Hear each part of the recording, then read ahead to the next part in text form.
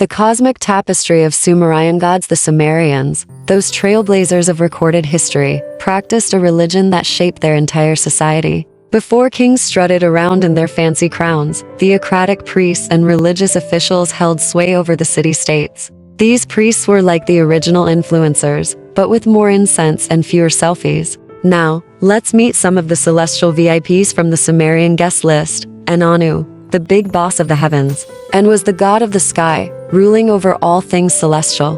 Picture him as the ultimate cosmic CEO, managing Enlil, the storm chaser. Enlil controlled the winds, storms, and general atmospheric drama. When he wasn't brewing tempests, he probably had a side gig as a weather app developer. Enki, the water whisperer. Enki was all about water, wisdom, and human culture. He's like the ancient Mesopotamian version of Bill Nye the Science Guy, minus the Bodhi. Ninhursag Ki, the Earth Mama. Ninhursag was the goddess of fertility and the earth. She made sure crops grew, babies were born, and the soil stayed fertile. Basically, she ran the ultimate organic farm. Utu Shamash, the solar superhero. Utu was the sun god, bringing light, justice, and a killer tan to summer. His dad, Nana, handled moon duties night shifts. Inanna Ishtar, the triple threat goddess. Inanna rocked sex appeal, beauty, and warfare. She was like a divine Bianc, flawless, fierce, and ready to conquer the underworld.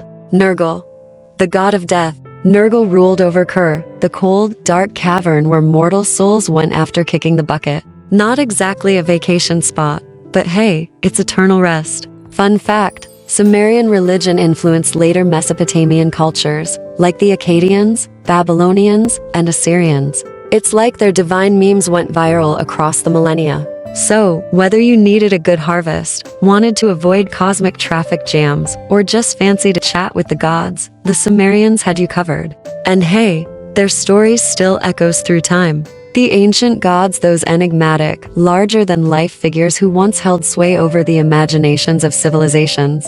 Let's delve into the intriguing similarities between the gods of Atlantis, Sumer, Egypt, and the Greco-Roman pantheon. Sumerian gods, the Sumerians who inhabited ancient Mesopotamia, modern-day Iraq, had a rich pantheon. Their gods were deeply intertwined with daily life, much like the Greek and Roman deities. Polytheism. Both Sumerians and Greco-Roman cultures believed in multiple gods. Sumerian gods were associated with natural forces, cities, and specific domains. Human-like qualities. Sumerian gods exhibited human-like traits, emotions, and even flaws. They intervened in mortal affairs, just as Zeus or Hera did in Greek mythology. Egyptian gods. Ancient Egypt's pantheon is iconic, with gods like Ra, Osiris, and Isis. Here are some parallels. Polytheism again. Yep, both Sumerians and Egyptians rocked the polytheistic vibe.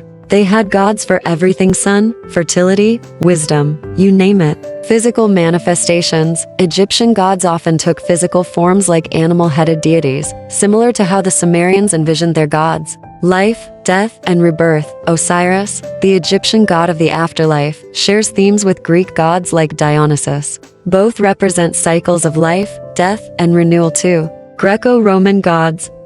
Olympus and its divine drama. Here's where we find the most famous pantheon: anthropomorphism. Greek and Roman gods were practically celebrities. They had personalities, rivalries, and epic sagas. Sound familiar? Sumerian gods nodded in agreement. Shared domains. Poseidon Greek and Neptune Roman ruled the seas, while Enki Sumerian held sway over water. Coincidence? I think not. Zeus vs Enlil. Zeus Greek and Enlil Sumerian were both top dogs, sky gods with thunderbolts. They'd probably have had a cosmic poker night. The enigmatic dance of ancient goddesses. Let's unravel this celestial tapestry, shall we? Ishtar, my friend, is a captivating figure from Mesopotamian mythology. She's like the original multitasker goddess of war and sexual love. Quite the combo, right? Imagine her with a sword in one hand and a bouquet of roses in the other. Now that's balance. Here's the divine scoop. Ishtar was part of a special club called the Anunnaki, a group of Mesopotamian gods. Think of them as the celestial VIPs. Ishtar herself had a West Semitic counterpart named Astarte. These goddesses were like cosmic pen pals, exchanging divine postcards across cultures. But wait, there's more. Ishtar had a Sumerian alter ego named Inanna. They were like cosmic twins, sometimes the daughter of the sky god, and sometimes his wife. Inanna was all about dates, wool, meat, and grain, basically the original meal prep goddess. She even rocked the storehouse gates as her emblem. Now, let's talk celestial real estate. Ishtar wasn't just hanging out in temples. She had a VIP